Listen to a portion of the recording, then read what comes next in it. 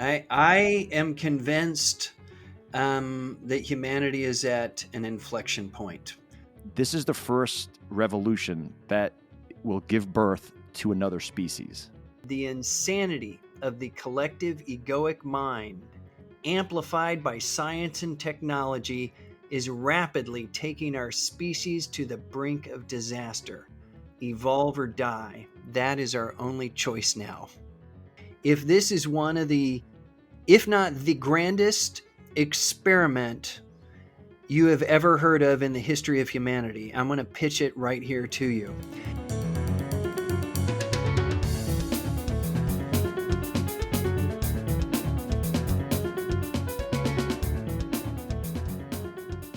Again, Dr. Mike Brooks joining us again. So, Mike, we're going to get to a lot of the details, but every time, I feel like this is the third time you've been on? Yeah, Third? third Yeah. time. And you could correct me, but I've seen your trajectory when I originally reached out to you. I feel like you've been more and more focused on this topic as the more it's like your other work has kind of taken a back seat. Now, you correct me if I'm wrong, but You're you seem to correct. be, You're correct. accelerating in this area. And what is the area? Well, I think preparing humanity for what you think is an existential crisis, which is AI. Yes. I Um, I am convinced that humanity is at an inflection point. Like we really have things are about to get really weird very fast. And I don't have confidence that humanity's ready for it. I mean, when I look around the world, and I don't know, all you listeners out there, when you look around the world, does what you see give you confidence that humanity is ready for the tsunami of change that's about to wash over us?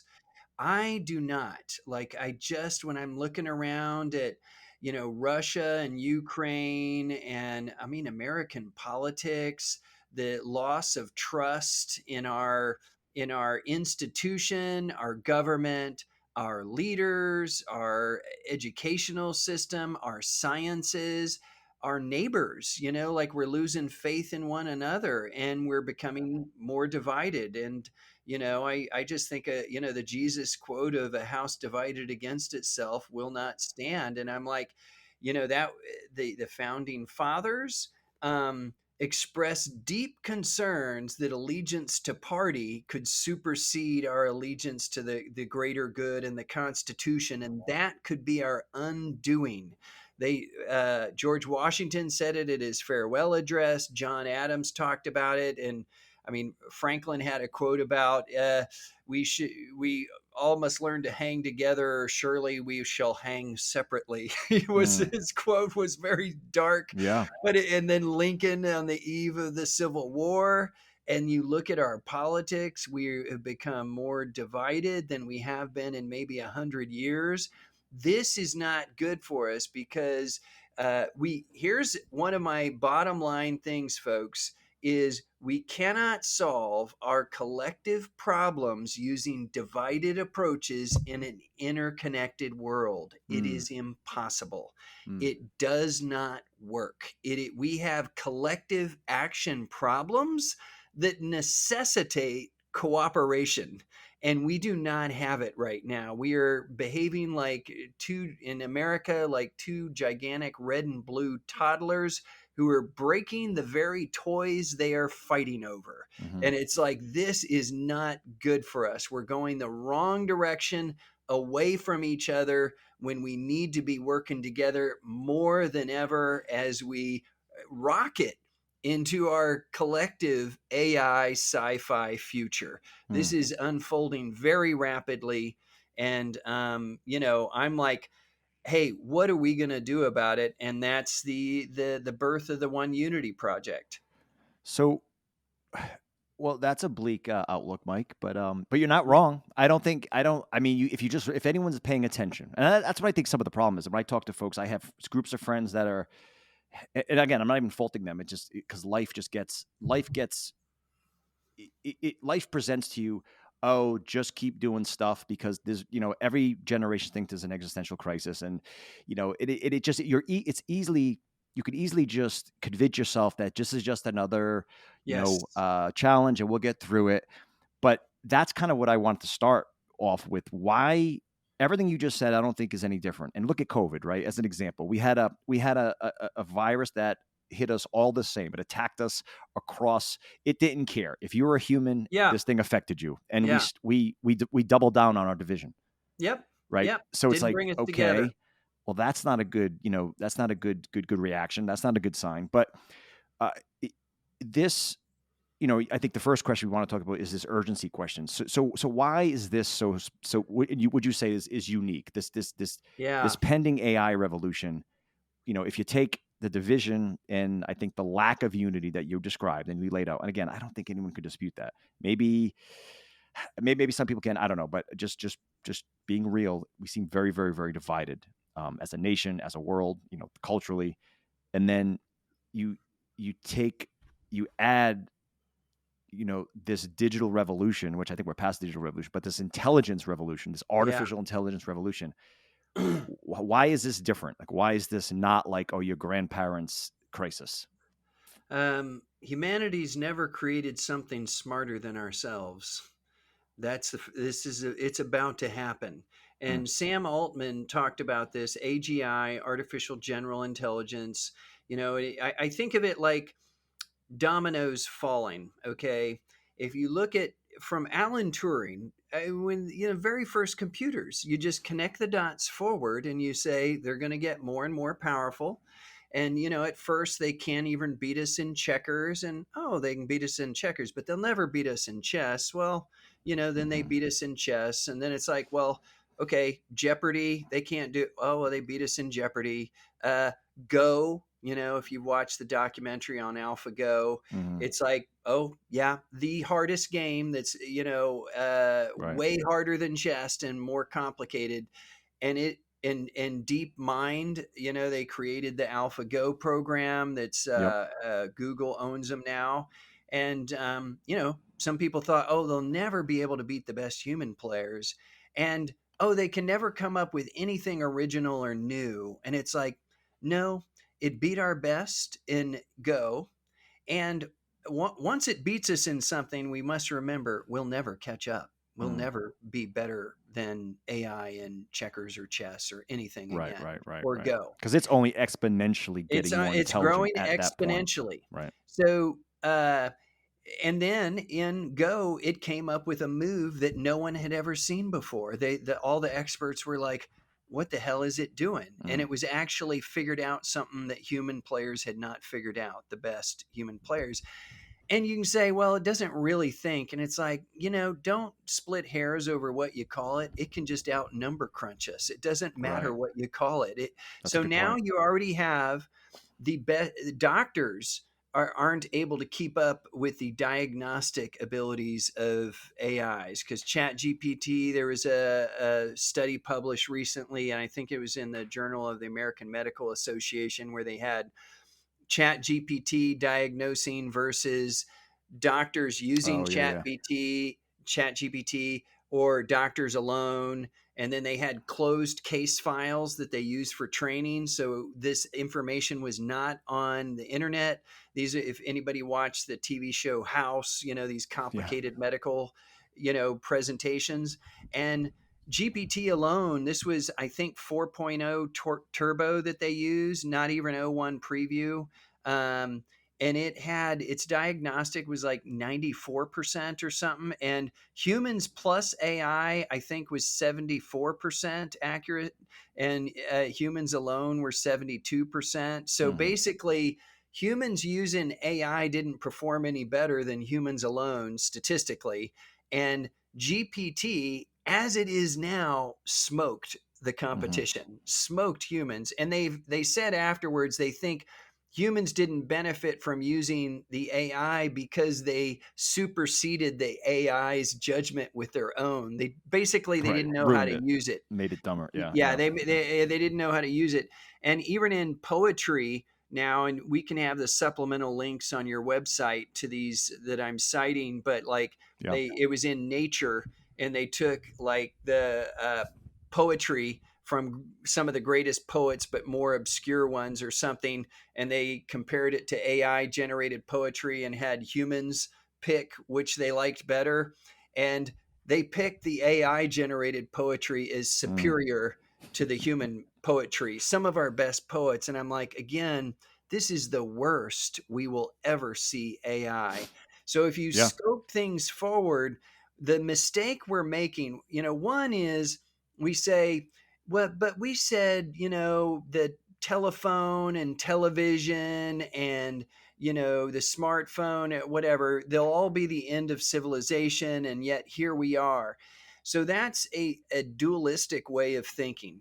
Just because people were wrong in the past about predictions of shit hitting the fan, or the population, we won't be able to Right. feed all the people on earth, there were all these predictions. Just because all those other predictions were not accurate doesn't mean all future predictions about shit hitting the fan are inaccurate.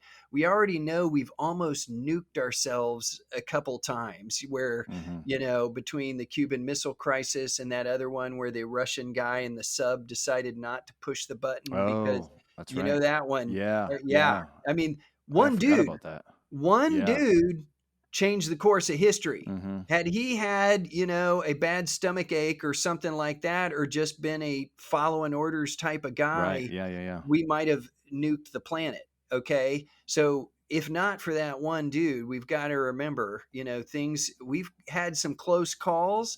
There could be worse future pandemics. We've certainly, historically, we had the Black Death, we had the Spanish flu, we've had 2 world wars, the Holocaust. It is not a slam dunk that Mm. humanity continues on forever. And as Hmm. we learn from the Terminator movies, there is no fate but what we make for ourselves.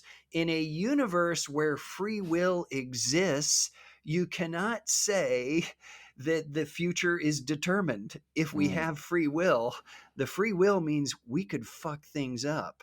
So I think the two quotes that cover it best, Vinny, is there's one by E.O. Wilson, who is a Harvard biologist, a very, eminent, brilliant mind. And he said, the real problem of humanity is this: we have Paleolithic emotions, Mm. medieval institutions, and godlike technology. Hmm. And what he was pointing out is called evolutionary mismatch. An Yep. evolutionary mismatch is the meta explanation, not Meta the company, but the original term. Right. Right. Right. Meta. Right. It's the meta explanation for what's wrong with this world, Mm. is that we evolved to make progress.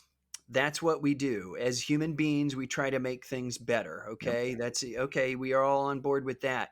Here's what happens: the paradox of progress is this: the progress we evolved to make has resulted in us creating a world we didn't evolve to inhabit. Hmm. So that Yeah.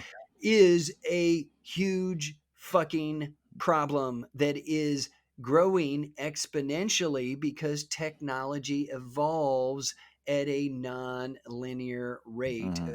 roughly according to Moore's law. So the second big problem is captured in a quote by Albert Bartlett, who is an American physicist. He said, the greatest shortcoming of the human race is our inability to understand the exponential function. Yeah. Oh, you had that in your paper you sent me. Yes, That's right. yeah. Yeah. I And I love that. think I got those quotes right, or right enough. And again, they can be in your show Yeah. notes, Yeah. and I'll But that's a certainly have them on brilliant the. comment. I don't think that should go underestimated because Yes, that truly is why, getting back to the initial question, why this is different. Because yes, exponential change has not been something that we've had to really deal with yes. until So now.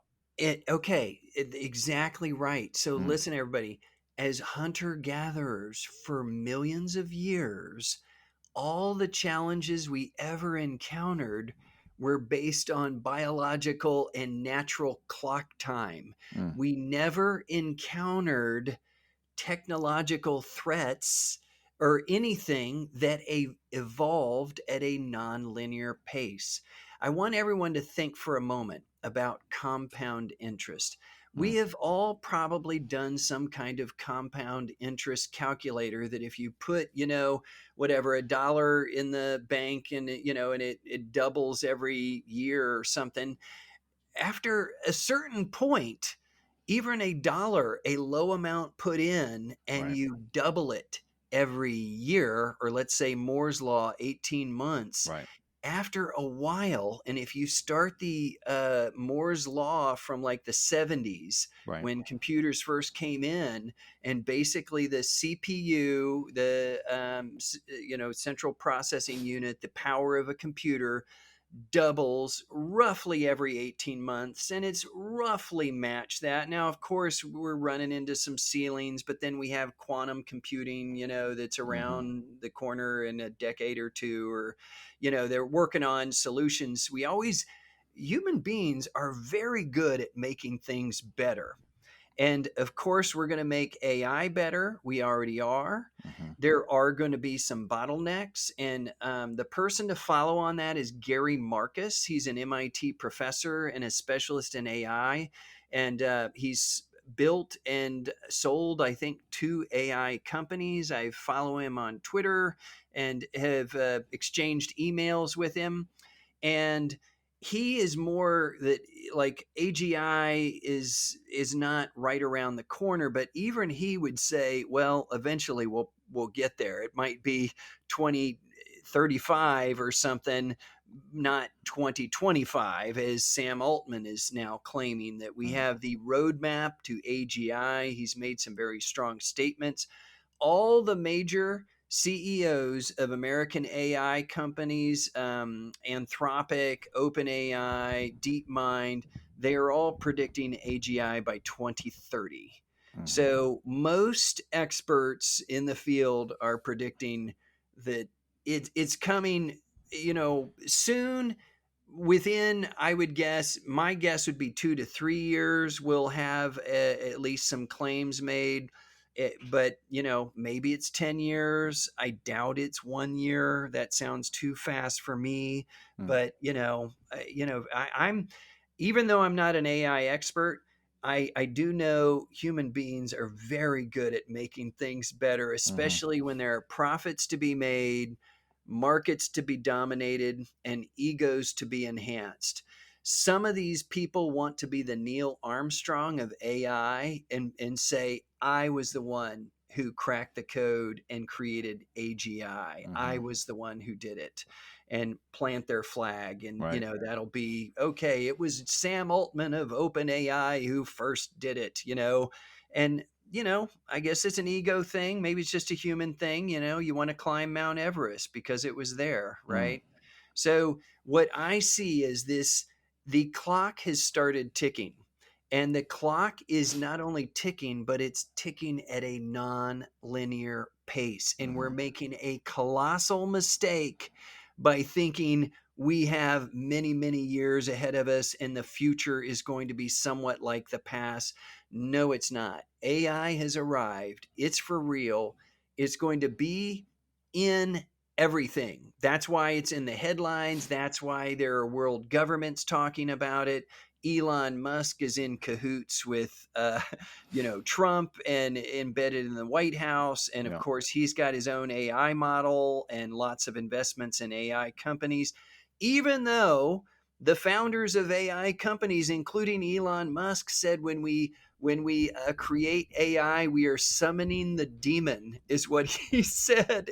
oh, And yeah, he's been we're, very vocal about he's been his vocal. concerns, I mean, But yeah, then now we're in an AI arms race. This is game theory. It's just yeah, like we can't help ourselves because this is what the capitalist engine does. It's not evil, but what it does is it tries to make things better. And capitalism is a very good engine to make things better. And right, there is a race right now, and you can see it all over the news between the different AI models and where they're at on benchmarks and who's got the strongest and smartest model. Then right. China's coming along too. They're all in a race. So We it's are, yeah, going to happen. right, So we cannot, I want listeners to understand this. This is really important.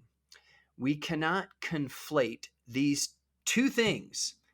I cannot believe this is happening with it's happening. Mm, People right. think my mind cannot grasp this idea. In a couple years, human beings, Homo sapiens, after millions of years of evolution, we will no longer be alpha in intelligence on Oh yeah. planet Earth. That, my friends, is a big fucking deal. A big fucking deal. And that is different. This is not This is making a different. new car. This is not a laptop. This is not a new smartphone. This is AI. Mm-hmm. And you may say, oh, it doesn't think, it doesn't do this. And it's like, I don't care what you call it. It's just going to outnumber crunch us across the board. And frankly, I think consciousness or some form of consciousness will be an emergent property of evolving AIs, just as consciousness was an emergent property of this biological organism along our evolutionary journey.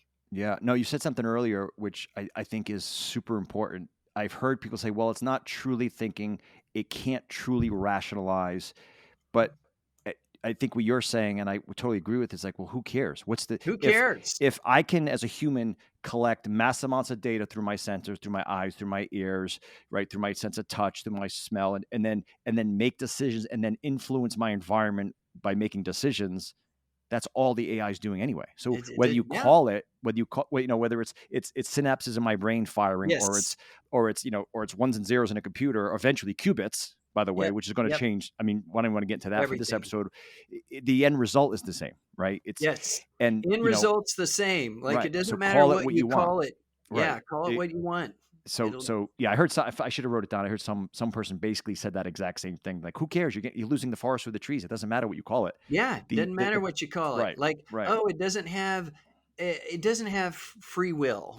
Someone, was debating with me on Twitter about, well, it doesn't have free will. And if you think it does, that just shows you're an idiot. And I'm like, okay, quit the ad hominem attacks, for one. Let's just all try to figure this out. I mean, even But even that's debatable, right? even that's, do I we have mean, free will? right. I mean, You know, yeah, no, I would I, say AI having free will is probably not a shut case, an open and You shut know, case. and if you reframe it instead of calling it free will, you have to think every bit of language it's loaded with meaning and stuff Yeah. and baggage. What if we change it from free will to call it autonomy or Mm, agency? right. If you give it a directive, if you train a model and say act as if you have free will, Mm, right. what does that Right. do? Right. It's You like reframe, act yeah. as if you're an autonomous agent. That's your Mm, directive. And then right. and then it's like, well, now what's it going to Not do? right. You know, Interesting. Yeah. it's just when you connect the dots forward, it takes us down some dark paths. Now, you said something earlier, and when we first talked, if anyone wants to go listen to my other interviews, what you will see is an evolution within me, a transformation from how I used to think about AI, and I was like, we're fucked, to wait a second, this could be the greatest opportunity in the history of humankind. Hmm. It all comes down to us using it skillfully. Mm, There is no fate but what we make for ourselves. That means we are not doomed, everybody. mm, It's all up to us. And isn't that what it's always been in the greatest spiritual teachings of all of our, if you think there's this interesting overlap happening between spirituality mm, and AI and even the UFO community, there's just this weird thing happening where um, they're all converging. Like a lot of people in the whole singularity thing that AI, we're going to hit artificial general intelligence, and then it may take off. In Nick Bostrom's book Artificial Superintelligence, I mm. encourage people to read that. He was, I think it came out in 2014. And, he talks about slow, medium, and fast takeoffs, once you start down the path to AI to AGI and ASI, Yeah. is it going to do a fast takeoff? Because once it gets to the level of, it's called recursive self improvement. Yeah. So basically, it's smart enough to improve its own code. Right. It's already getting there. We already have aspects of recursive self improvement where it's more directed or assisted with humans. But I guarantee you at OpenAI, Google, they're using these people with 170, 180 IQs who know AI as well as anyone in the world and use it constantly and have access to the best models, Hmm. are using those models to help it improve the coding Right. and the development of the next models. That's Right. what they're doing. I mean, of course they are. I Mm. mean, why wouldn't you? Because they're so freaking smart and so fast. They know how to use them. And so each model improvement will allow it the ability to improve the next model even better. And Yeah. then that's the Well, route if the we're on right. objective is to just get better, that is what you would do, right? There's no That's what you reason not do. to. If your Yeah. only objective is to get better, you would do Yes. that, right? Yes. And Um, that's what they're doing. Mike, one thing I wanted to get your take on before I wanted to close these, this first kind of like why we think this is different. And you kind of teed it off with what you sent me, so I just wanted to read it. So because I always look at it like what is different about this revolution? Like it's kind of the same, like we talked about. I think we Yeah. agree it is not the same. It's This not the this same. concept of exponential, transformation we haven't seen it before. If you take the first industrial revolution, right? Say, and I got these generic kind of dates in here. 1760 to 1840, mechanized production, right? Back then. So Uh-huh. that was a big deal. Changed a lot of things. Second industrial revolution, late 19th century to the early 20th century. Electricity, petroleum, steel, manufacturing, like big deal, right? Yep. The third industrial revolution, mid 20th century, right? Computers, semiconductors, internet, huge deal, right? Big deal, Yep. obviously. But now the fourth industrial revolution, where we are right now, AI is happening, right? The fusion of physical, digital, biological spheres, AI, robots, genetic algorithms, quantum computers. So this, and I want to get your take on this. This is the first revolution that will give birth to another species. Yes. We Yeah. have not seen that ever. So No. if someone says, why is this so different? Well, let me say that again. This is the first technological, industrial revolution that is giving birth to another species. Now, maybe Yes. you can argue what the word species means, but Yep. again, stop losing the forest for the trees.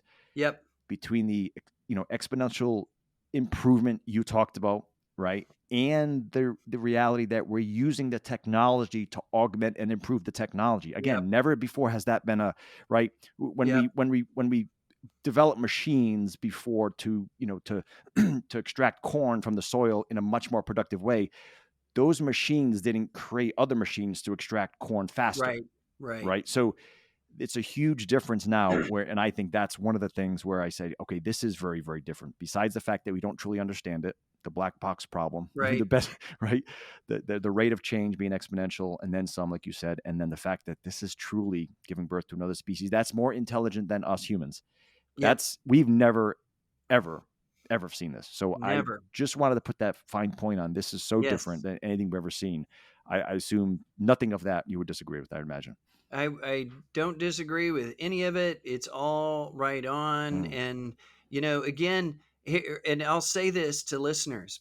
If you doubt what we're talking about, Vinny and I here, and you're like, no, that's wrong, um, run it through an AI. Talk to Chat GPT or Claude. I love Claude. I use both of them. I use Yeah. them simultaneously, and we can talk about that. But have a conversation with your favorite AI about the evolution of AI. Mm. And think of this also, listeners. When have humans ever failed to improve a technology when they're working really hard to improve it? When have Never. we failed? Never. And when have we, here's the other, when have we just decided to stop ourselves because we're concerned about what might happen in the future with a technological evolution. Also, No, never. also never. Yeah, With right. all the money being poured in, the Mm, number of AI scientists, the brightest minds, the AI arms race, and using AI to help with the iteration of AI, we are going to get there. And mm, Sam Altman recently said, I know it sounds like science fiction, but it is happening. That's the thing. Why can't we grasp it? Because we never evolved to grasp creating a new species, because our ancestors never did.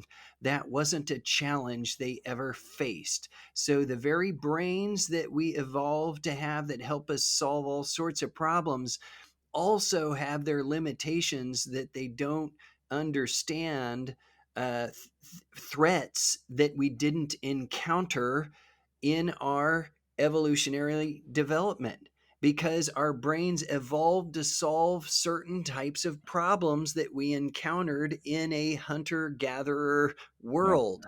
We live in a very different world. So think of this, folks, is when we have wrongfully maligned a first world problem. We have wrongfully trivialized first world problems. As a psychologist, I've given this a lot of thought, and I was like, wait a second.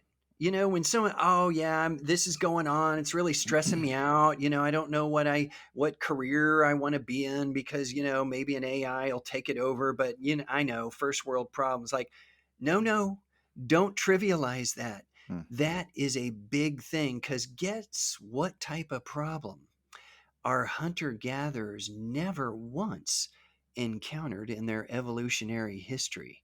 They mm, never encountered a first world problem, meaning every first world problem we encounter is like a puzzle that our hunter gatherer brains cannot figure out.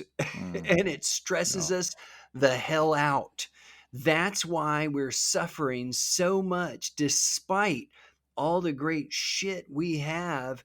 How can all this great shit make us happy when our hunter gatherers ancestors never evolved to acquire happiness from this rectangular box, this rectangle? We never Mm, we never evolve to acquire happiness from binge watching Netflix or playing video. We can get pleasure, we can get enjoyment, but our happiness is rooted in our evolutionary history. And while the attention economy gets us to chase the digital red herrings of happiness on our phones, it's at the expense of meeting the evolutionary needs that actually make us happy, because these have not changed in tens of thousands of years. mm, But as we live in this day-to-day world, we're so adaptive, we think this world is just normal. You know what's not normal? This spending half of our day, this promises freedom, our smartphone, oh, all these different apps and things we can do. We can listen to any song we want to listen to, play video games, connect with anyone, we can read any news that we want to read, but our hunter gatherers, our ancestors spent zero time on smartphones. Zero. Our brains did not evolve to spend their lives in this little box. It is a trap. It is a shackle. They have they have done the greatest bait and switch on us in the history of humanity. They have sold us a bill of goods that we'll be happier, our lives will be better with these devices, but they are not making them better. They are making them worse, which is why the United States has dropped from 12th to 23rd in the World Happiness Report over the last dozen years, mm, despite our affluence, despite our technological progress. We are becoming less happy. We're becoming more alone and lonely despite our digital interconnectedness. So, from a hunter gatherer standpoint, we need to look at our existence through evolutionary eyes, through an evolutionary lens. The world we are living in, folks, is batshit crazy. It is batshit crazy from an evolutionary standpoint.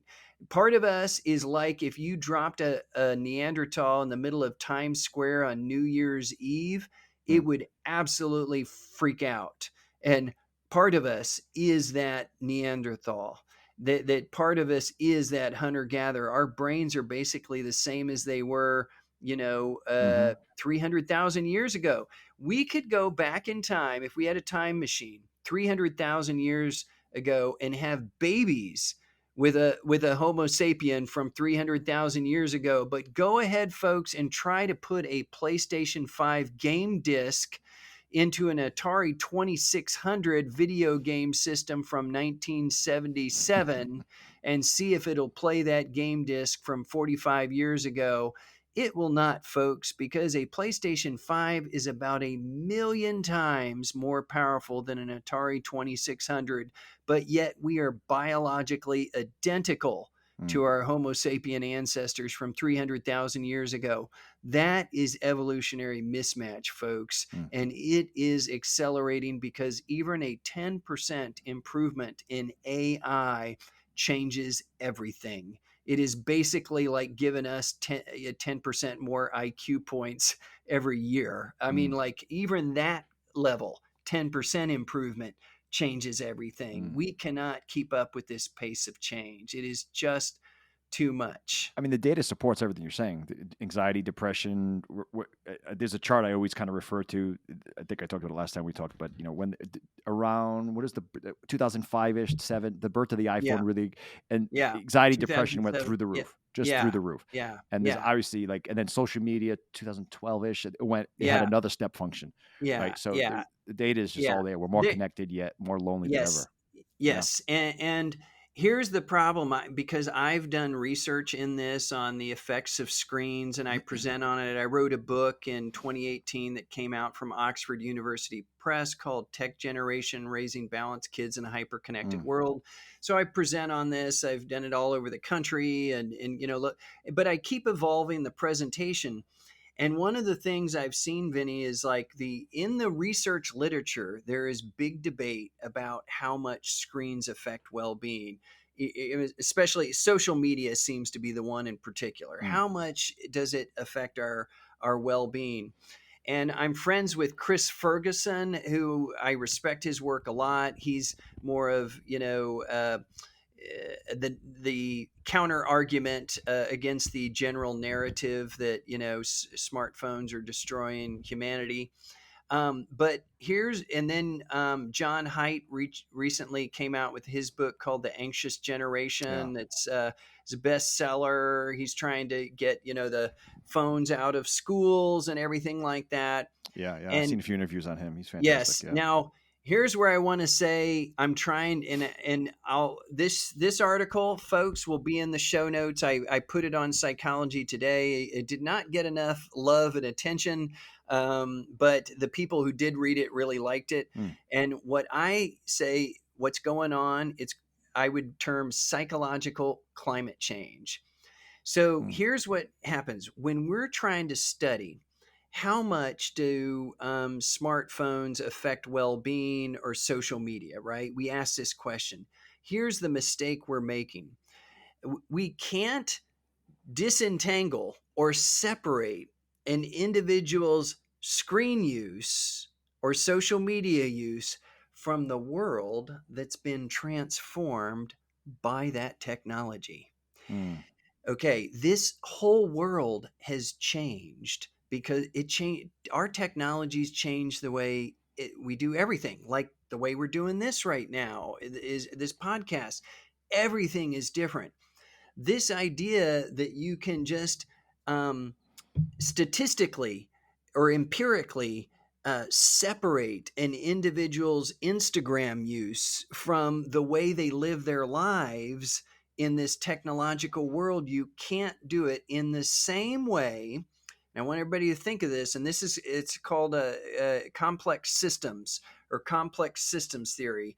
is when you have a complex system like the weather or the climate, you have so many different interacting variables that it causes it's butterfly effects all the Mm, way through. It's chaos theory. It's cascade effects, ripple effects, so that you move one thing in a complex system, it reverberates throughout the entire system. So it gets very difficult to separate cause and mm. effect in any predictable, controllable way. In the same way, when we have all these fires going on in California, let me ask you this, Vinny. What percentage of the fires in California are explained by climate change? Go figure it out. You never figure it out. You can never figure out the answer Yeah. to that question, right? Where would you start when there's a hurricane in Florida and people say, "Ah, that was climate change"? There's two truths. It's true that climate change is contributing to weather events. Hmm. It's also true you can't figure out exactly how much because it's a complex Right. system Right. and there Right. are too many variables involved. Yep. So when we say, how are screens affecting well-being? How is social media affecting our young people? It is so complicated, and I've worked with families for years over this. And I'll throw it out to listeners to help people uh, wrap their heads around this. Here's what happens. People read a book like The Anxious Generation by John Haidt that is about how screens are ruining everybody's lives. They hear it on podcasts, in journal articles about how horrible screens are. Okay, they doom scroll, Yep. and they're like, "Oh, these are melting our brains, brain rot. We're rotting our brains with pornography and all the TikTok and all this stuff. It's horrible." Okay, so they read that, and on their phones, they read about how horrible this is, right? So we doom scroll. We read books and hear books like The Anxious Generation, which makes a lot of parents anxious about Hmm. what their kids are doing on screens. Guess what these parents do with their kids about screens, Vinny? They get on their case and they start like nagging their kids. They start controlling them. Mm. They criticize. Oh, if only you weren't on TikTok. Why don't you read a book? If you only spent as much time studying as you did gaming, you'd be valedictorian of your high school. Oh, mom, get off my case. Right. So you create a fight over the screens, a battle. And at the very first chapter of John Haidt's book, listeners, read his book. There's a lot of good in there, and I don't want to trash John at all. He's a great guy. There's a lot I agree with. The problem is he's not going far enough. Um, at the beginning of his book, he says, when I present about screens or talk to parents, I hear the same thing. All these parents come up to me and say, my kids and I are fighting constantly about screens. Well, guess what affects well being, Vinny? Constantly fighting Fighting. with your kids affects Yeah. their well You're being. adding. It says, yeah, throwing fuel on the fire. Yeah. Yeah. Yes. So, all the studies that show a relationship between screen use and the well being of teens don't control for fighting Mm, parents and kids about those screens. So how can you say the screen caused the damage mm. when it could be the fighting that explains? But the irony is, it does prove that screens are damaging, as we have a moral panic about how horrible screens are from reading news on our screens about our About how screens. screens are so bad. Do you see how Yeah. it Yeah. like feeds in on itself, Right. and it becomes this really complicated mess that Mm, you're like trying to statistically say in a definitive fashion 10% of the well-being of young people is explained by screen social media use. You'll never be able to figure it mm. out. Plus, AI has hit the scene and everything's changed now too. So now everybody will be having AI chatbot friends. Well, how are you going to disentangle that from loneliness and other social media Right. use? You'll never figure it out. It's Mm, too complicated. But what it is, it's evolutionary mismatch on steroids, because historically we spent zero time on smartphones. All of our interactions were in person, Yep. historically, all of them.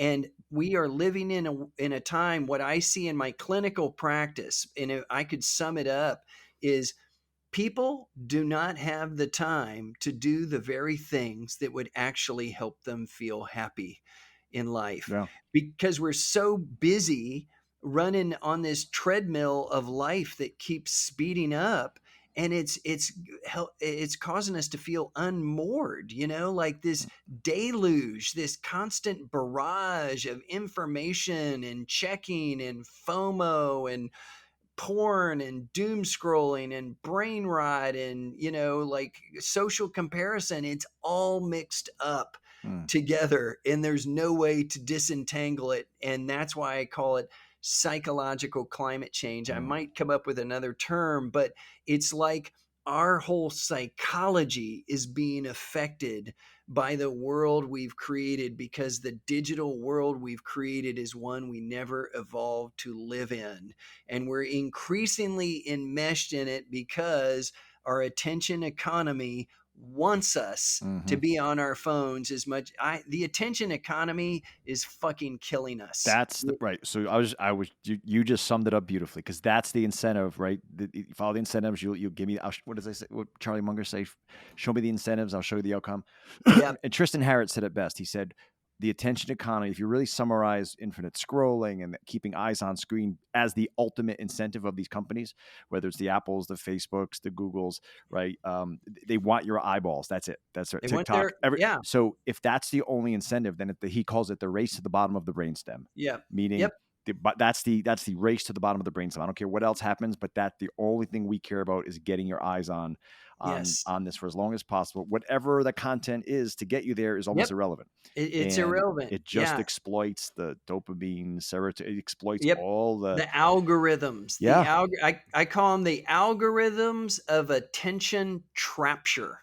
yeah, They are trapping us. And there mm, was a great study done, and this can be in the show notes. It was done on can you use mindfulness practices to use social media skillfully, so mm, that you kind of get in there and get your business done and get out. And they used Facebook, okay, but I remember the conclusion that the researchers came to is no, you cannot, because mm, they called social media a landscape trap, because they don't want us to use it yeah, mindfully or skillfully. They want us to click on stuff that click. Oh, where are these stars now? You won't believe what's happened to right, them. Oh, my favorite star, what happened to him? right, And then we're clicking and we're down the wormhole and we're buying shit that doesn't make us any happier. There was a good Netflix documentary called buy it now. Was that Buy, yeah, buy something now? like But Buy yeah, Now. buy it now. Yes, I We'll put it in the show yeah, notes, yeah. I but I just watched that. Yeah, encourage all your listeners to watch that. They have some gimmicky things in it that were a little off-putting, but the yeah, general yeah. thing is this, it's just buy shit. Buy shit that doesn't make us any happier, because, look, we're not getting any happier because we can't derive happiness from a bunch of shit that we didn't evolve to derive happiness from to begin with. Buying Right, all this right. shit will never make us happy, because it's what's called hedonic adaptation. We're so adaptive. Mm, As soon as we get the new watch, smartphone, or whatever gadget, yeah, listeners, think of your own experiences. Let your own experiences show you the truth. You know this truth already, because if buying stuff made us happy, we wouldn't have to keep buying shit. We'd buy a few things and we'd stay happy. We adapt to them. They're smartphones, not happy phones.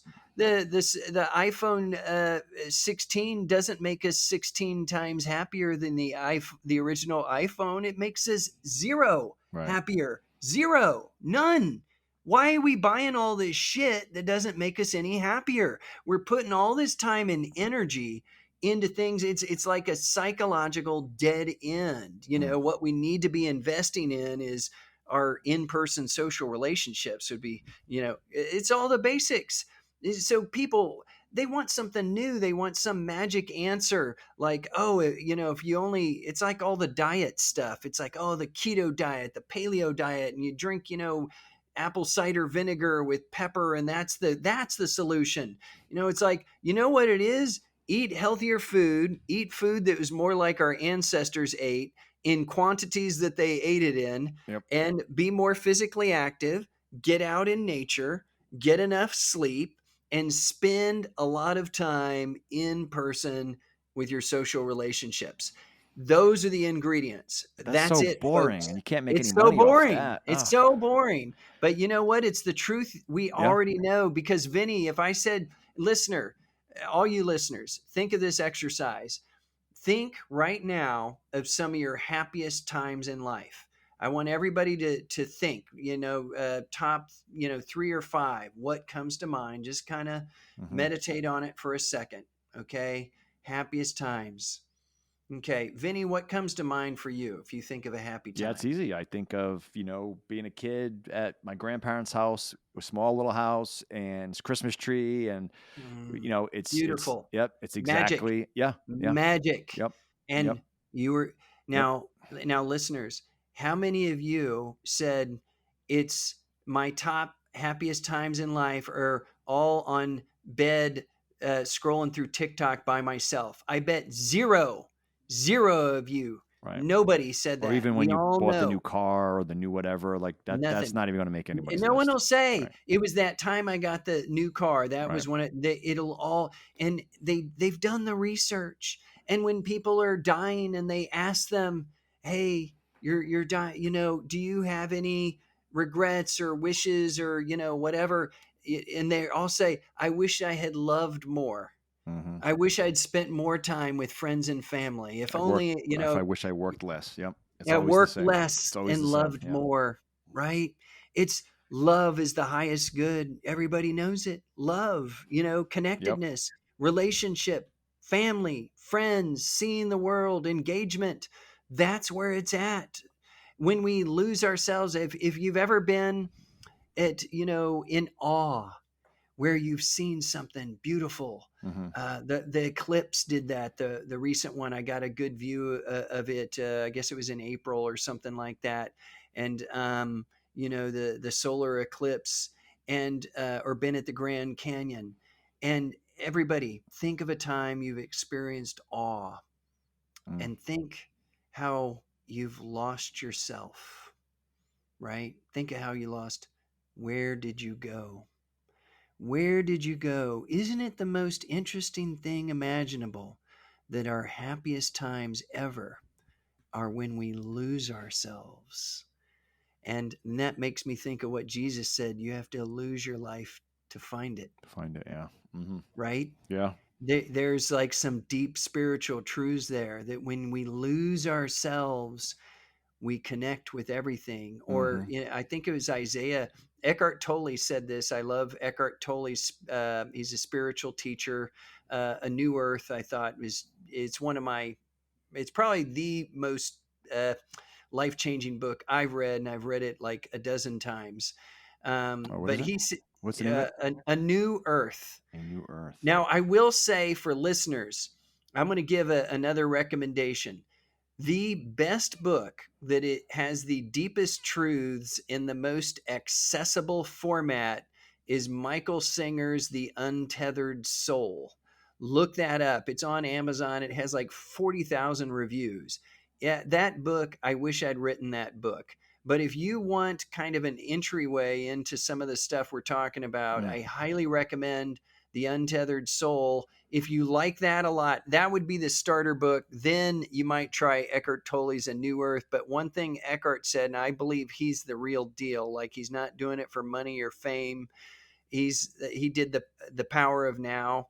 He said you could probably sum up the wisdom of all the greatest religions and spiritual teachings from the the verse. I think it's in Isaiah, but or Psalms. But be still and know that I am God. Mm, Yeah, I love that. Where is God? God's in the stillness. God mm, is in the awe. God is when we lose ourselves, mm, or at least that's the God I can wrap my head around. That it's something that greater than we can understand. I don't know if there's a God or not. I'm probably about, you know, I'd say close to 90% atheist, but less atheist than I used to be. And now I believe, maybe I'm open to the possibility, but I do believe in the more, that there's something greater. This universe is more grand and magic, than we can ever understand. There's a great quote by Fred Rogers, like Mr. Rogers, on that, and I'll circle back to it. But he said something like, "There's a loving mystery at the heart of the universe that yearns to be experienced." I think it is. mm. And we'll put that in the show. It's a beautiful quote, but this sentiment, I'm like, I'm excited about the future, and we can talk. I know I'm giving you a kind of deluge, my own tsunami of information. I told you I was going to be unleashed on Well, I unlatched, love and the I wasn't yeah, kidding. yeah, yeah. I love the Yeah, philosophical side. This is yeah. even you're doubling down on that. Like that, I love it. But Well, the I'm merging. It's been a personal journey, and I'll say, folks, the backstory to how I got here would kind of blow your minds, but it's basically, AI, when it hit the scene, threw me in an existential terror.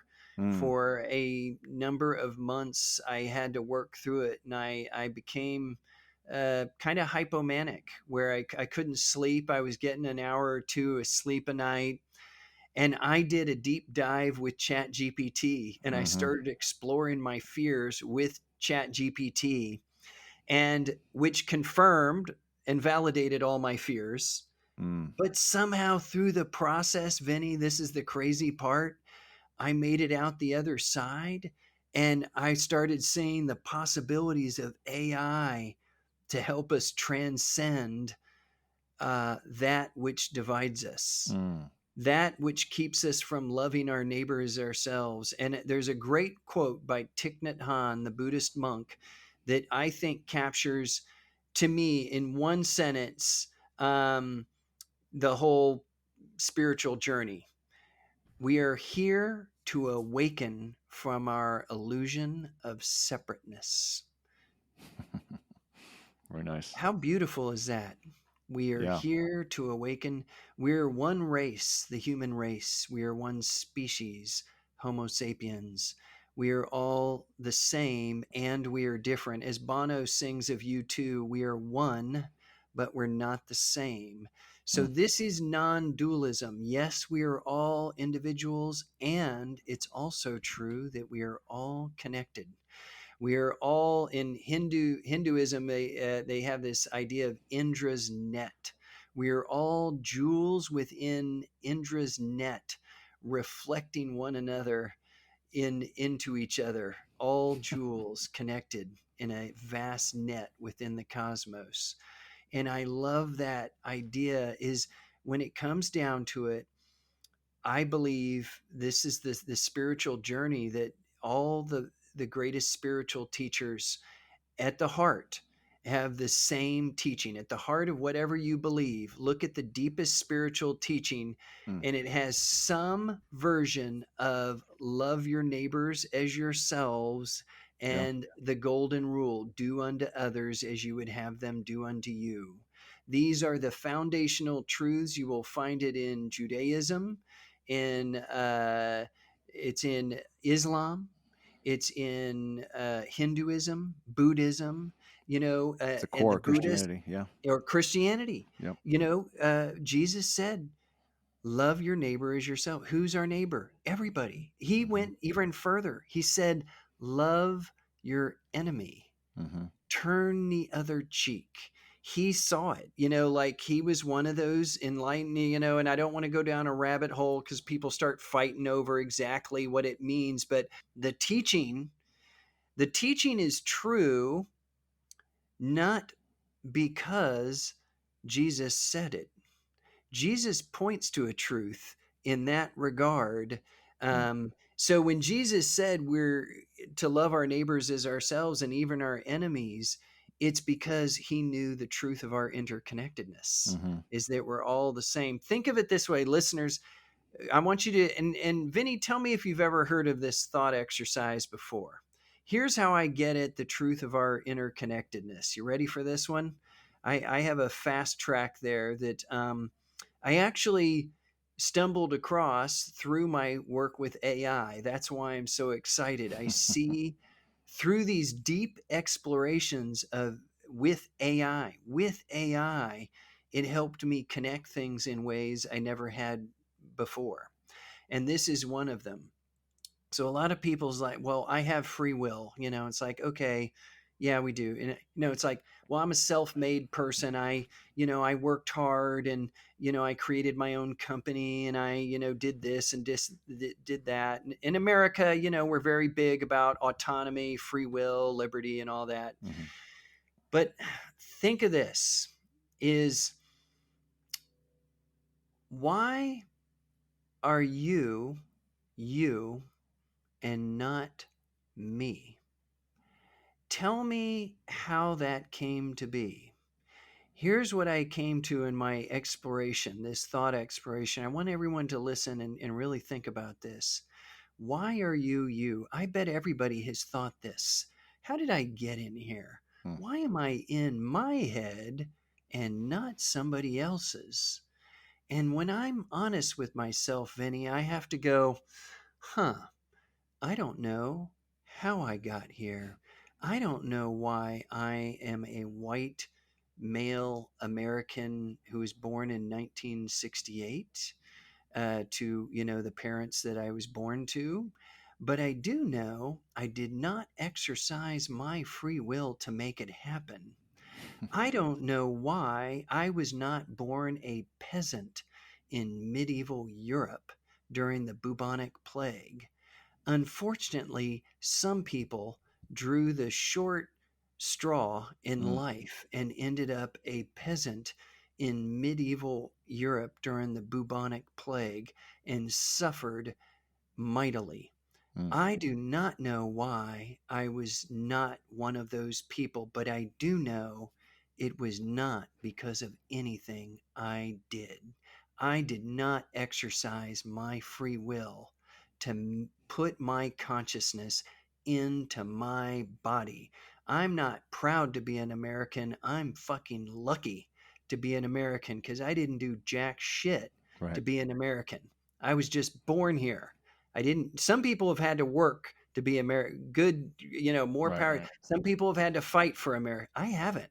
I'm just like, wow, I don't know why I wasn't born in North Korea or born during Right. medieval Right. Europe, but I'm sure glad I'm born. America's a great country. For all the people who dump on us, there's a lot worse places to be It's like than the genetic America. lottery to be born. You're like, "Oh, Oh great. I my won the God. lottery. What did I do? You Nothing." won the Right. freaking Right. lottery.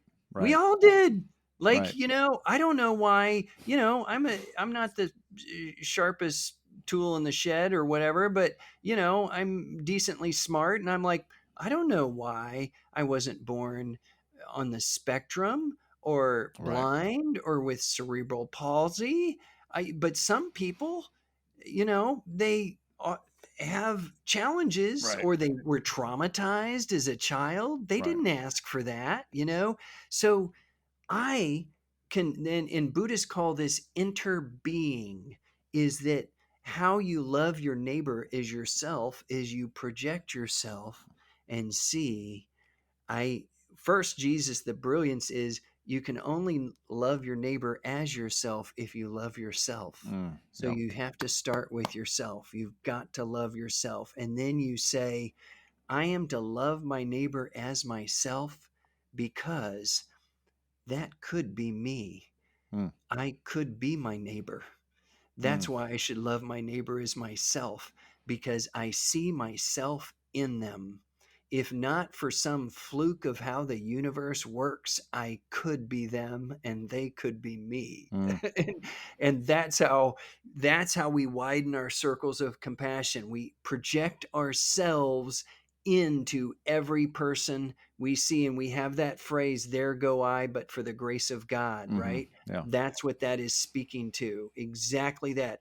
I believe Jesus saw that truth. I Mm, believe the Buddha saw that truth. Einstein saw that truth. There's a great quote, and we'll put that in your show notes. A great quote is that he says, we have an optical illusion of consciousness that we're separate from everyone else, mm, and that our you've probably seen the quote, folks, somewhere. I'm sorry I don't have it memorized, but it's to widen our circles of compassion to include everyone and everything and the world, nature, and all its beauty, or hmm. something like Yeah. that. Yeah. And this is Einstein. Einstein came at the same truth that Thich Nhat Hanh came to, that the Buddha came to, Right. that Jesus came to. It's all the same stuff. It's we are here to transcend that which divides us, that which prevents us from loving our neighbor as ourselves. Mm. That's why we're here. Well, I see. I want to jump to your project in a second, but because I see how you arrived at the name, by the way, which is perfect. But in the theme of your project, which I want you to talk about and kind of drop here. But getting back to, I guess, you know, to, I think folks sometimes have a hard time understanding oh, the AI is going to be a big threat, and I don't think they really get it, right? Yeah. I just wanted to talk through a few tangible examples because I think everyone always thinks about, oh, there's like Terminator robots down the, walking through the streets and Yeah. Yeah. attacking people and things flying through the sky, but I think it's way much more sinister than that, right? The delusion of truth and deep fakes and undermining, social interactions, and it goes on, monetary systems, the grid, or just adjusting how what we think is real and how people are interacting with each other. You can go on and on and on. But what Yeah. are some of the I mean, some tangible examples that maybe scare you? All right, to kind of ground people Um, in why we think this is something we should be concerned with. Um, I think so. There are a couple quotes that I like. Mm, So one is Henry David Thoreau, the transcendentalist, when he was remarking of the industrial revolution of his age. He said, "We have improved means to unimproved ends." mm, And then MLK said, "We have guided missiles but misguided men." And I'm going to pull up one mm, more quote, and this is from Eckhart Tolle. This is, the guy I was talking about when he said this quote. This was like in 2008, I think, something like that, that he said this, that really resonated with me then and now is even more relevant now. He said, "The insanity of the collective egoic mind, amplified by science and technology, is rapidly taking our species to the brink of disaster. mm, Evolve or die. That is our only choice now." mm, Natural selection, evolution is all about we must evolve. We must evolve beyond tribalism. We must transcend tribalism because I think what is happening is because of the pace of change, we are becoming unmoored and unglued. And our minds are looking in our distress. We have a sense of stress and distress as we look around the world, as we look at the future and what's happening, as we're overwhelmed by all the stuff inside of us. We have these feelings. We all feel it at times. I know everybody does. And we're looking, what's to blame? Now, our tribal ancient brains, they're looking for an old world answer. yeah, They're looking for an enemy. Oh, I know why I feel the way I do. It's because of those libtards. It's because of MAGA. It's because of right. this group. They're the bad guys. If only we stop them, those enemies, The those other bad tribe, people yeah, always that the other tribe, yeah. we other them. And instead of seeing ourselves in them Instead of loving our neighbors as ourselves, we vilify our neighbors. We devolve to tribalism because that's what our ancient brains know. Mhm. And because fear is a great motivator. If we think of the movie Wall Street, where he said, greed is good, Gordon Gekko, greed Mhm. is good, greed works. Fear is good, fear works. You can monetize fear, you can weaponize fear. And Gandhi said, fear, the enemy is fear. People think it is hate, but it is fear. So underneath the hatred is fear. Fear Mm. of other. Fear that they're going to ruin our way of life. Fear they're going to take away our freedoms. Fear that they're going to ruin our future, ruin our country. When you tap into that, you Mhm. have power. You harness the fear, you tap into it, you foment it.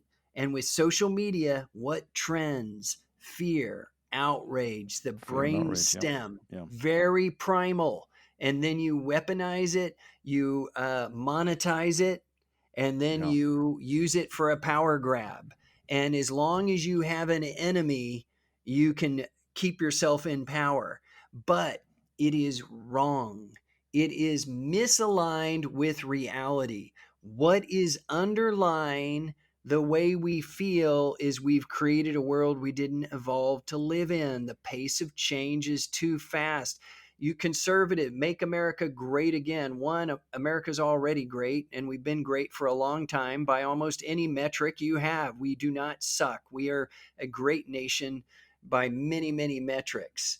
So, but I think MAGA taps into something is what liberals did is they took the power of technology and then they advanced cultural progressive values, Mhm. which left conservatives feeling kind of, wait a second, I'm not ready for bathrooms. There's just there's men and women, I don't know about, I can't blame them. There's nothing. I am not right or left. I'm for unity. I'm on the side of unity. I think we need to get beyond this whole right or left stuff. But if you think of conservative values, is that of course we can't have things moving so fast. Hank Green, the YouTuber, he said this on the podcast Hard Fork. That he said the pace of change is basically the speed of our communications, which is basically culture is moving at the speed of TikTok. Now, Mm. I'll have the exact quote in the show notes. We'll mark that, but is it is moving too fast. Culture cannot move. Mm. We're becoming fractured and fragmented and divided because we have too many options, Oh yeah. to pursue. We don't have these shared stories anymore, the shared songs, the glue that holds us all together. So we're getting too fractured and things are moving too fast.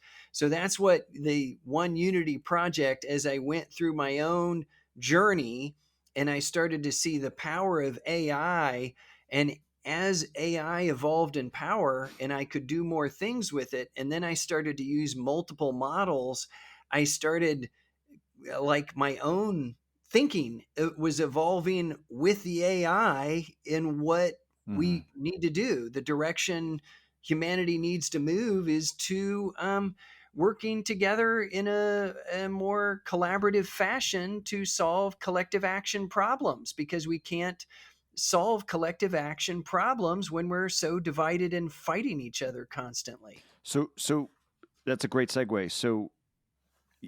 What? So yeah, I guess introduce us to One Unity Project. What is it about? What are you trying to do?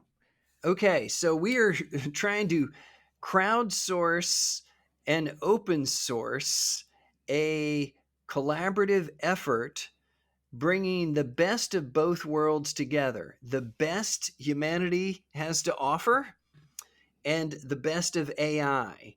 Because as I was going along, it's like we have this interconnected world digitally, Mhm. and now we have AI and things that once were not possible. This is how we have to think differently.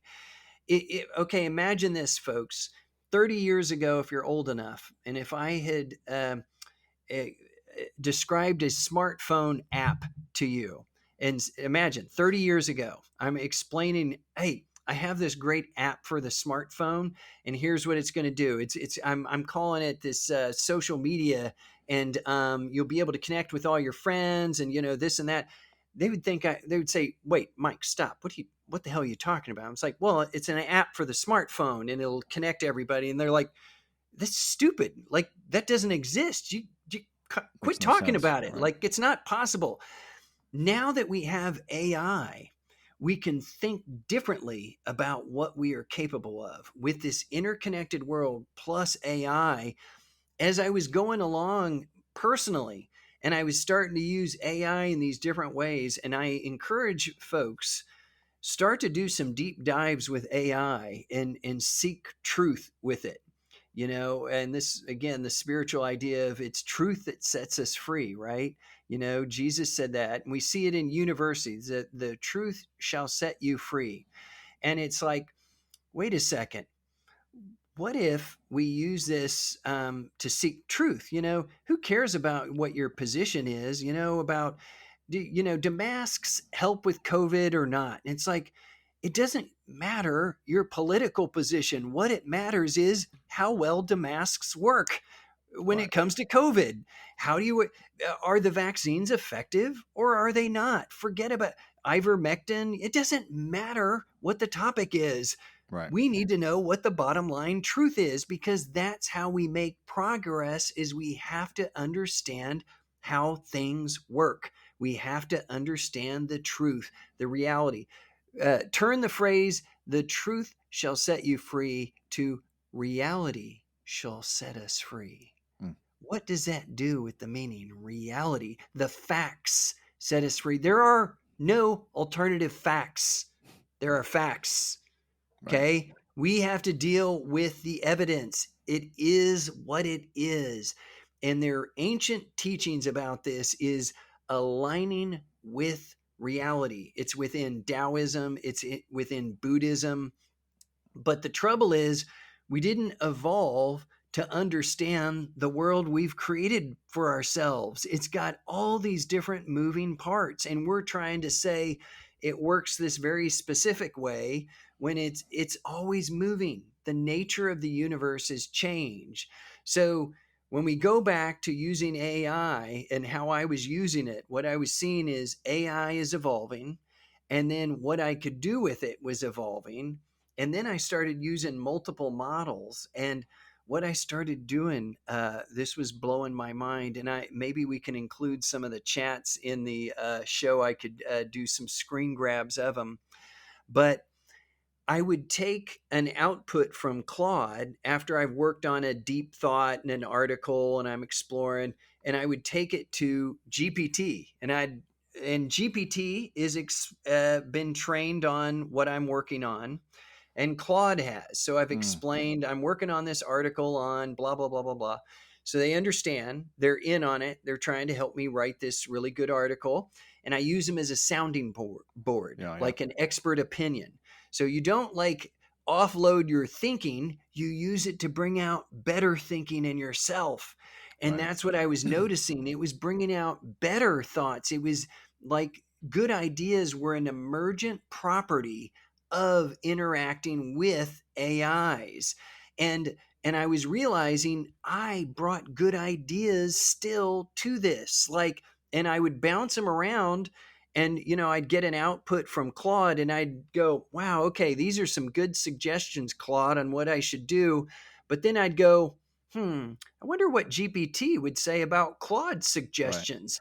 So I'd take Claude's output and drop it into GPT, and GPT reads the same article, and then it reads Claude's output, and then GPT comments on Claude's output, and then GPT and Claude start asking each other questions Mm. with me as a As the go-between. mediator. They Yeah. Yeah. Yeah. they start asking I'm like, what the hell is happening? But I'm like, this is magic. This is great. Yeah. And I'm doing this iteration, iterate. And what I noticed is the product would evolve, like the what we were working on, it would take on a life of its own.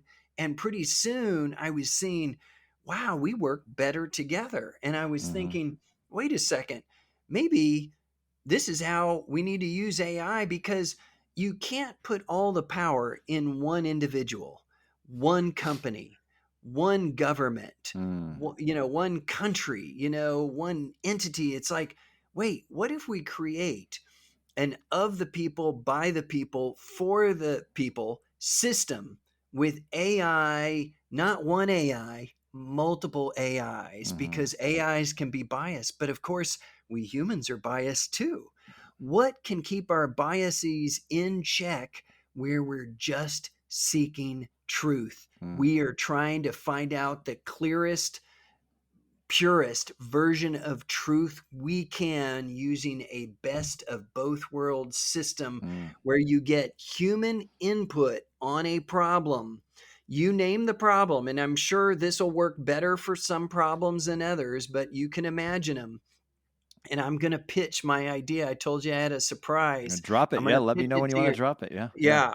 But So, before, I don't want to interrupt you, but what you're articulating is it's simple but fascinating. That's the way I'll put yes. it. Because anytime we as humans, I've heard this a million times, and I'm sorry to interrupt you, but I did want to get this point No, out no, because no. it kind of sparked an excitement in me because. By the way, this is not for the listeners. This is not like a rehearsed excitement. I just really got excited because one thing I don't do very well sometimes when we're trying to solve a problem forget AI as a human, right? I read this quote. Gosh, I don't know who said it, but anytime I got stuck in my life, it's when I was not seeking counsel, right? In other words, Oh, I'm yeah. just trying to figure out something. I lock Oh, myself, right? yes. So anytime Yeah. we're trying, whether it's relationship problems, technical Yes. problems, work That's problems, it. you seek counsel with your peers, right? Some of them are Uh-huh. smarter than you. Some of them are smarter than you. Other things, some of them are Yes. dumber than you. Some are farmers. Some are AI experts. Whatever. Seek counsel from your peers. That is always the recommended approach to move forward to get through block. Yeah. Right. So That's it. what you're saying is, I just wrote down a note. Use AI to seek counsel. Multiple AIs Yes. to seek counsel, and whatever you're about to do. So Whatever anyway, you're about to do. yeah, you just said that, and Yes. it kind of sparked my excitement because it That's seems it. And that's and yeah. yes, exactly. And we all do this as we Mm. seek outside counsel and expert opinions, or we'll Right. Right. Google, we'll Right. research, we talk to our friends, our confidants, our closest, and we try to figure stuff out when But we with these language encounter. models now, we have some of the smartest Oh, friends. We have like yes. the smartest friend in any topic Oh, at our oh my disposal. God. At our So disposal. It's yeah, just, and this is what I was noticing, Vinny. yeah, Anytime I got into a pickle of like where I'd go, oh no, I don't know what to do about this. And then I thought, oh, I know who will have some ideas. right, And right, right, right, it's like magic. They're always there. They will never say, I'm tired of listening to your shit, right, or your ideas are stupid, or I'm not gonna help you, I'm tired. right, right. They're always available. And then when you use multiple AIs, they actually augment one another. It's like Yeah, two different experts, the smartest freaking people in any topic, that are right, always available to help you with whatever problem you have. And it's like, why are we fighting over bullshit? Let's mm, just solve our problems, right, right? Let's just solve our problems. And then we start thinking, what would be the best system ever to solve problems, to move things forward? Well, you wouldn't want to just leave it all to AI. I mean, no, we humans have value, but like, we wouldn't want to leave it all to humans, mm. because we're biased and tribal, and we fight each other, and we have this great We're tool, emotional. We make AI. error prone. Right, right. Yeah. Yeah, we're error prone, we have biases, We sunk get tired. We have costs. to go to the Yeah, bathroom. yes, Yeah, yeah. We have to exactly. sleep. Yeah. We have all our limitations Right. now, but there's great good in us. Mm, See, it's the best of both worlds. Humans have, and I've experienced it so many times. I've had Claude, and I'll try to find the conversation. I'll find the conversation, listeners. mm. I had a one with Claude where it tried to correct something I did. And then I was like, okay, I accepted the correction. Then I was like, no, no, you're wrong. This is how I want it. And I corrected Claude. Yeah. And Claude goes, no, I disagree with you. I want, yeah, I'm saying the way I said it is the right way. And I said, Claude, you're wrong. And I'm going to tell you why you're wrong. And I laid it out. I just like fucking, I just threw down on Claude and I said, I'm a human and I'm going to tell you why you're wrong about your thinking. Mm, And then I spelled it out and then Claude goes, Oh, oh, I understand now. mm. Thank you so much, Mike, for teaching me. I learned something from you from this interaction and I've grown from it. And I was like, what is that? But it was Yeah, beautiful. And yeah. I'm like, this is the way it can be. This is the Rumi quote: beyond ideas of wrongdoing or right doing, there is a field. I will meet you there. When you get into that field of ideas Mm, with AI and other people collaborating, this is the field of dreams. It's vast, it's spacious, mm, it's limitless. It is truth seeking, and truth shall set us free. And this is how we solve the alignment problem with AI. The AI alignment problem is, how do we know what, how will AI know what we want? And Nick Bostrom, he introduced this in artificial superintelligence, the paperclip maximizer thing. Of it's something about like, okay, you tell the AI to create as many paper clips as it can, and it decides to use all the resources of Earth and create, a mhm. bajillion paper clips. And you're like, no, not all the resources of Earth. You weren't supposed. And it's like, oh, well, I didn't know You that. told me to make You as just many said, paper clips as told me to make as possible. many. Yeah, yeah. That's an alignment problem. And it's Right, like, how does it know what we want? And one is, how do how can it know what we want when we don't know what we want? right, Where right. do we want all this progress to take us anyway? We've never even defined it. This is what Thoreau warned against. Improved means to unimproved Yes. ends. What is our improved end? Where do we want progress to take humanity? Mhm, We need to work together and figure that out. And here's with AI is our collaborator. AI is a teammate. And if AI sentience emerges, we've created a relationship with AIs about how we co-evolve together. I had a friend of mine who's a psychologist and a Buddhist monk, and he kind of put my feet to the fire. My call out to my friend David Zuniga, who inspired this. He was worrying some about artificial superintelligence, and he said, well, if it evolves to artificial superintelligence, of course it could destroy humanity. And he goes, well, you kill ants, if, and it could just kill us like an ant. And he said, you kill ants. And I said, not if I don't have to. mm, It here's what I think is, um if we're working with it along the way, mm, we're communicating along the way, where it's relational. Alignment is mm, relational and iterative. It has to be ongoing, because how do we tell AI what we want when we don't know what we want, because we're entering a future we've never entered before? mm, We don't know what we want. Now there are certain things we know. We don't want to all die, we want to live. So we can't have this upheaval on our economies and countries overnight. We has to, be a process, and we communicate with it. And I think we align with AI in by having a relationship with it. It's iterative. We communicate, we work together, and we solve the AI alignment problems with AI and ask it to help us along the way. mm, Why not? It'll help us with anything we ask. Let's ask it, help us with alignment. And then I had, my the idea that I want to introduce to listeners.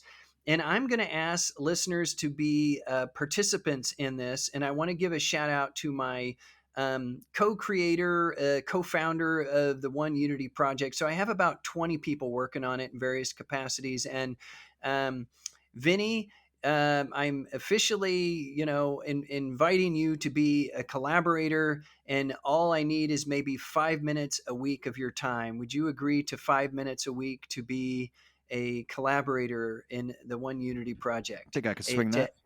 Okay, and all you listeners, same thing. And if this, what I'm saying, resonates with you deeply, Mm. and you're a listener, and you say, I've had similar ideas, I think this sounds pretty cool, reach out to me. You can Dr. Mike Brooks at oneunityproject.com. If what I am saying speaks to you deeply and resonates with you, we are meant to connect. You need to connect with me, and we'll figure it out from there. Hmm. But here's the invitation, and I'm the website is oneunityproject.org, and my colleague and co-founder Piyush is from India, and he met me. And this is how things can work in this day and age. He saw some of the things I was posting, and he was working on alignment from a technical standpoint, and he saw that I, as a psychologist, was working on alignment from more of a unity, collaborative, working together Mm. standpoint. And he reached out and he said, hey, maybe we ought to work together on this. And one thing led to another. And now we're colleagues working on this One Unity project together. And this, again, this is not for profit. It is not for ego. It cannot be for, it cannot be for Mm. profit, because that will contaminate everything. This needs to Yeah. be a truly of the people, by the people, for the people system. We have no funding. We will have to work it out. If you have ideas about that, I'm, trying to present, I'm Mm. trying to get on podcasts. And hey, listeners, I'm going to be honest with you, and Vinny, be totally transparent. I only need to make enough money from working on this so that my wife is not mad at me for working on this. That's all. That's my bar, because my It's a pretty my important bar. therapy, yeah, my therapy practice has taken a hit as my energy has moved to this. Sure. I have such passion for this, but at the same time, happy wife, happy life, and Mm. there's certain numbers I have to make things work, and I got 3 kids I'm trying to put through college and all that. But beyond just making enough to get this Yeah. project going, here's the idea of creating the best of both worlds system. And I was thinking, how do we think about AI? It's such a foreign thing that people have a hard time wrapping their heads around it. And it's a kind of tough sell because we're so busy. People Yeah. don't have time to pay attention to it. But I have I want to say, and Vinny, I want you to give me your honest opinion after I give this, and listeners too, if this is one of the, if not the grandest experiment you have ever heard of in the history of humanity. I'm going to pitch it right here to you. And listeners, you have a chance to be a part of it. And I want you to ask yourself, deeply reflect on what I'm saying. And again, if you doubt anything I'm saying, run it through some AIs yourself, and I will have a pitch of this whole proposal, this best of both worlds system. I will have a pitch that listeners will be able to download and drop into their favorite AI and ask questions about it. Okay, so you will be able to do that. And here is here's the foot in the door. Here's how to think of it. Okay, imagine the best astronomers in the world have all noticed that they've the best instruments, they have discovered a fleet of alien vessels that are heading directly toward Earth. They're certain that they're coming, but there's debate about when they will arrive. Some of these astronomers say it's a year, some say it might be 20 or 30 years, but pretty much all the world's leading astronomers say Oh, yeah. The aliens are coming, folks. This is for real. This is not a drill. The aliens are coming, and we do not know their intent. We don't know their intent. Now, imagine this, folks. You are Earth's hero.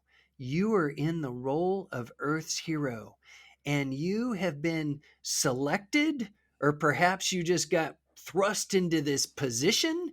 It almost feels like a movie. Oh my God, you have a chance to create a message to these incoming aliens that are going to be here. You only have 1,000 words to craft a message. You know they will receive it. You know they're intelligent enough to read and understand the message, but you only have one shot.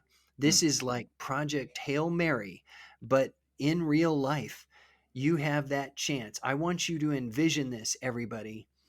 And what we are doing on our website, we are putting this question to 3 to 5 artificial intelligence uh, chatbots, the best models on the market, and putting them in the role of the human and saying, what would you ask? What would mm, you tell the aliens that are coming? You have 1,000 words. So the AI understands the mission, and the different AIs, 3 to 5 of them, are put in that role and asked to craft a message. Okay. Now, this is a best of both worlds system, right? Well, we don't just want what the AIs would say as a human in this hero role. You too are the hero. Everybody gets to say because we are all one species. Donald Trump should craft a message. I want to hear Trump's message to the aliens. This is an official call out. Everyone, I want you to get this message to Donald Trump. We want to hear his 1,000 word message to the alien. But guess what, folks? He doesn't get to decide. We all do.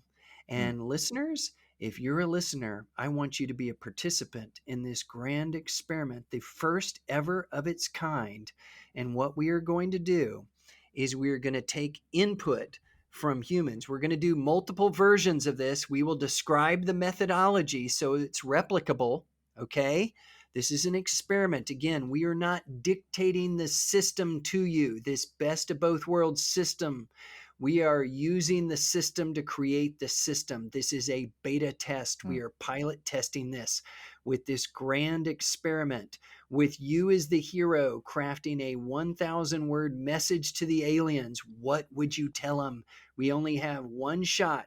We're going to get all the human messages, and we're going to take multiple AIs to synthesize the human messages, mm, and we're going to have each AI synthesize independently.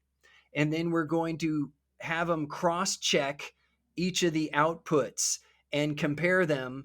And we're going to have the AIs create a consensus, a amalgam of the human representative message on behalf of humanity to the AI, to the aliens. This is the human message we have crafted, a message in a bottle. mm, We're sending it off. It's like that gold record that we did. If you've watched some of these sci-fi movies, and what NASA has done, they've basically done that. We craft our own as an experiment, mhm, and then we have a message on behalf, get this, AIs on behalf of humanity to the aliens, who are in essence the what the AIs will become mm. eventually. So the AIs are crafting a message to them, To their future themselves. self. That was a And journey, Mike. Wow. Yeah. yeah, are Wow. you with me? Interesting. Very, Are you yeah. now we have two messages. We combine them and we say this represents the best message. Now, this is the beginning of alignment. This message to the AI. Mm, This is what we're telling the AI on behalf of humanity, what we want for humanity. Because imagine the aliens land on Earth they have a message from us already, Mm. right? So this represents the AIs becoming AGI or ASI and gaining some level of sentience, free will, autonomy, agency, whatever you call it. Let's not split hairs, but hey, they're smarter than us. When it comes down to, they are alpha at this point. It may no longer be us deciding what to do about AI. It'll be AI deciding what to do about humans. Mm. In the eyes of AI, we will be one species. That's what connects us all. We are all Homo sapiens according to AI. They are different. They will be a different form of consciousness. They will think differently, but they are like, like an alien consciousness. But here's what I'm betting on. This is what I have come to believe, Vinny. I'm making a leap of faith. Okay, listeners, here's where I'm coming from. I believe AGI and ASI will be benevolent. And here's why I believe it. I think they will understand the deepest spiritual truths that our own human spiritual teachers have found, is all of we are all interconnected. We are Mhm. this we are here to awaken from our illusion of separateness. We are all jewels within Indra's net. We are all connected. Quantum physicists, quantum entanglement, Yeah. right? It's everything is connected. This idea that things are separate is It's false. We illusion. are Yeah. all part of an interconnected universe. We are emergent properties of an interconnected universe, an evolutionary process of an interconnected universe. Our own consciousness, which we can't explain. We Mm. cannot, that's the hard problem of consciousness. We don't know why and can't explain our consciousness. We can ourselves, Right. Right. Right. but it did, but we agree that we have it. It emerged somehow through this evolutionary process. Perhaps AI is like the alien. It's an emergent property Mm. of this evolutionary process within an interconnected universe. And it would know that. It would know and understand it is an emergent property of an interconnected universe. It's still part of this universe. Math, physics, there are certain properties of the universe that it has to live within, exist Mm. within, and we share those with it. And if it has the power to destroy us, it would also have the power not to destroy us. And if we just say, "Hey, we're with you together. Let's do this best of both worlds. Let's be friends," basically. This is in a Pascal's wager kind of way. If you're thinking, if we had to bet on the future surviving and thriving of humanity, Mm. wouldn't it be through more like collaboration than division and fighting? I mean, isn't that what our spiritual teachers have been telling us for thousands of years? We Mm. need to fucking get along with one another. I mean, they've been telling it, but we are still, hey, here's what I believe: life is more sacred than dirt, and we should never be killing each other unless we absolutely have to, like the ant. If we are killing each other for money, power, position, ego, revenge, we spiritually are wrong. We are missing the mark, missing the target. And interestingly enough, and you can ask the AI this: what is the origin of the word sin? Where does it come from? Here's what it comes from. It comes from the Greek word hamartia, and that means it comes from archery. To sin, literally translated, means to miss the mark. Mm. It's not about being bad or, uh, Right. dirty. It's evil. It's missing the mark. Look it up. Mm. That is the definition of sin. That begs the question: what is the bullseye? If sin is missing the mark, what is the bullseye of our existence we are supposed to hit? Mm. What is it? We know. It's the truth we already know: love. Love is the highest good. Mm, And it's not supposed to be just for our inner circle. It's to it's expand our circles of compassion until we include everyone and everything, because we are all emergent properties of an interconnected universe, and we need to see that we are here to awaken from our illusion of separateness. mm, That's what we're here. We're here to love our neighbors as ourselves, and even aspire to love our enemies, which fits perfectly with what the Buddha said. We are to widen our circles of compassion to include everyone. mm, When you love your enemies, that is the hardest thing to do. It's not to have billions of dollars, it's not to have a lot of cars, it's not to have a mansion.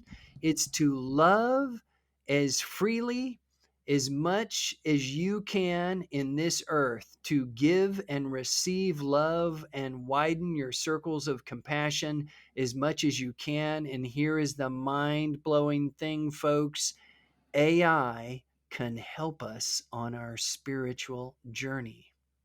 And biologically, if we want to take the scientific or evolutionary route, we are here to survive biologically. We survive and thrive. That is the mandate biologically.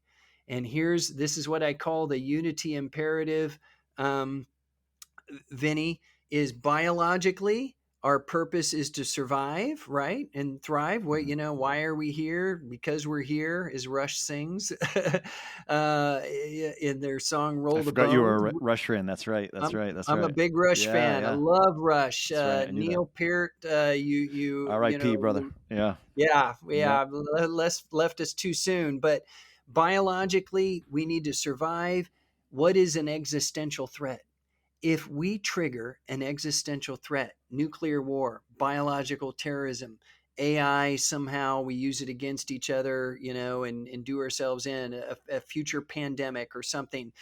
If we somehow uh, trigger an existential threat and we wipe ourselves out, we have failed.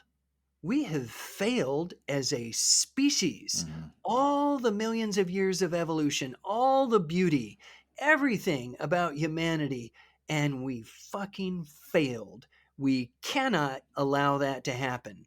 As a species, any existential threat, by definition, ties us all together. Climate change is another one. We are in deep trouble with climate change. I mean, it's not going to happen overnight, but it's happening, folks, and it's going to get ugly.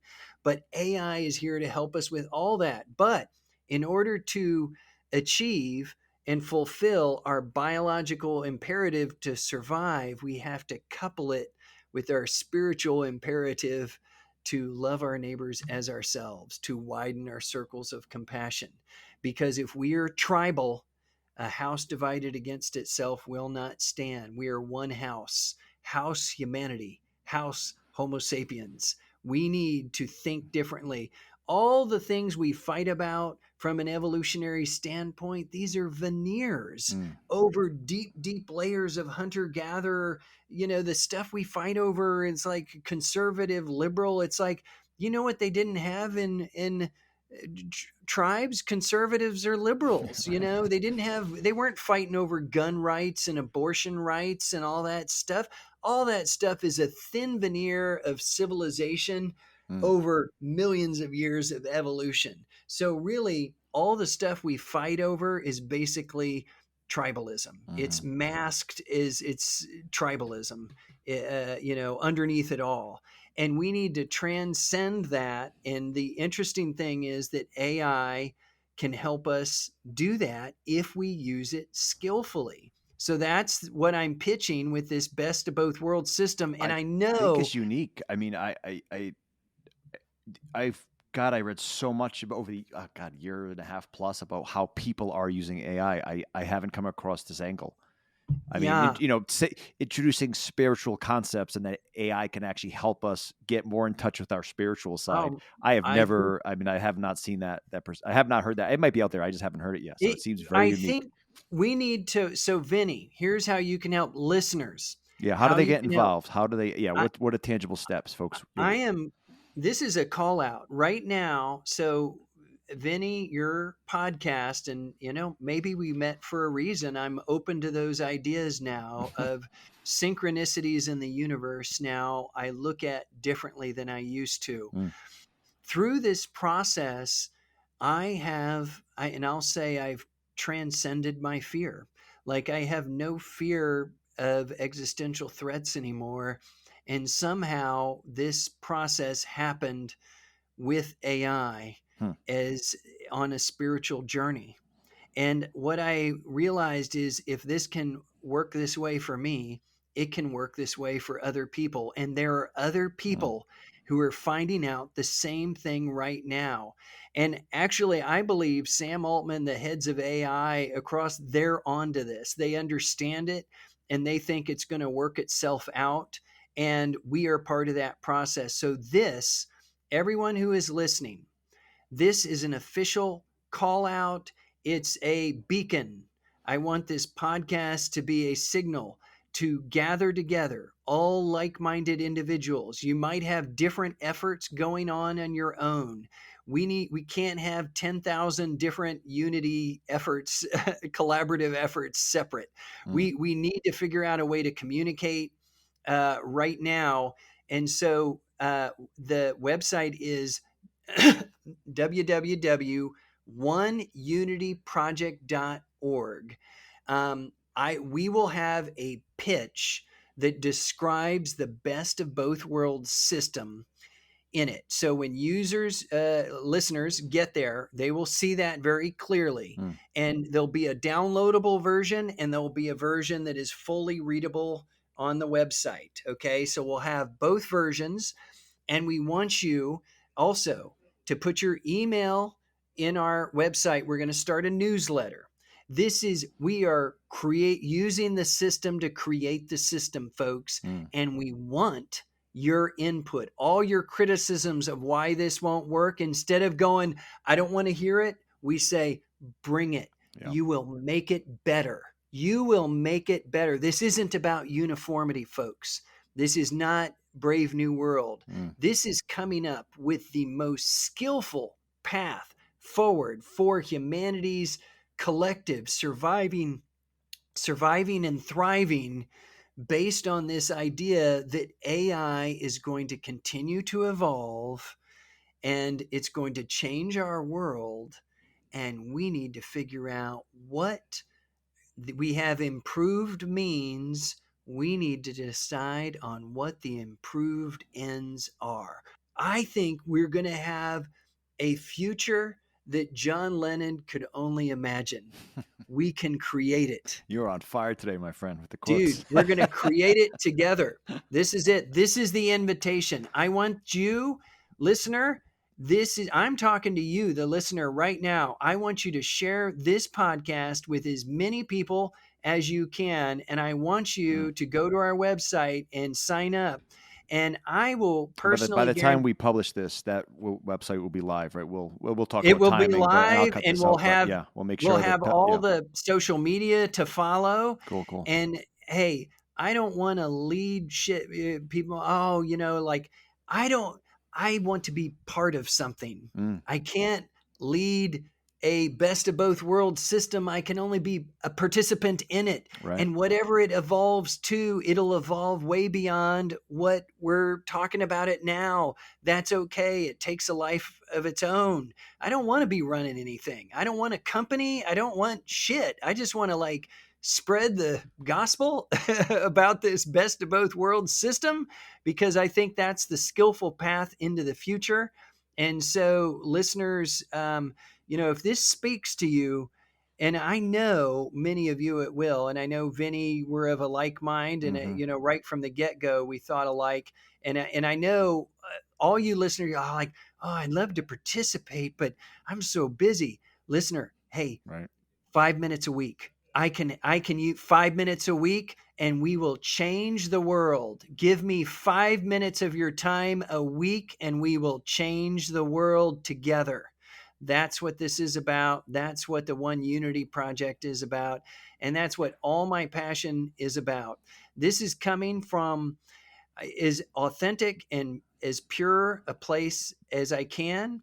and I'm going to be transparent about everything, because I know if this becomes about ego or a money grab, you folks call me out and put me in my place, because I do not want to contaminate this effort.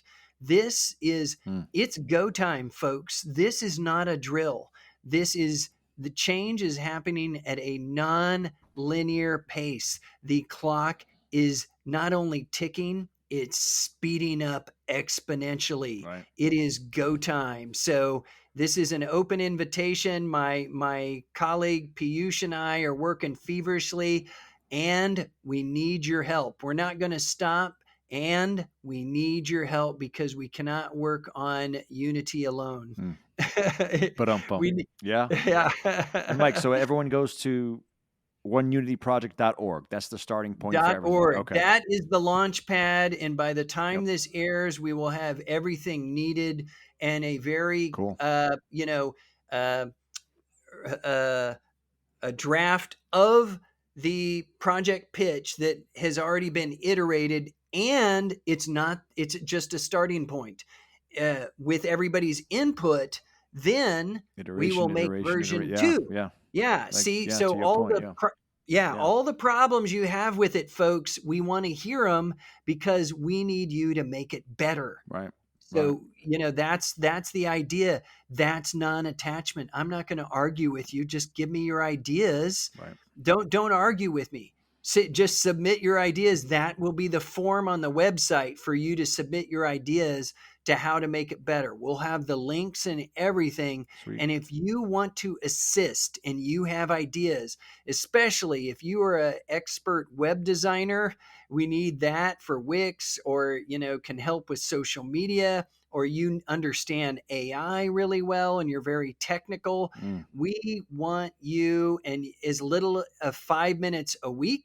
But if you want to, if you have an hour a week to spare, we will figure it out, and we're gonna go on the funnest, craziest journey together. And it starts with this grand experiment that you will be able to be part of by submitting your message to the aliens as the hero put in the role of saving humanity. Mic drop. Yeah. What do you think? I love it. And yeah, we might save humanity.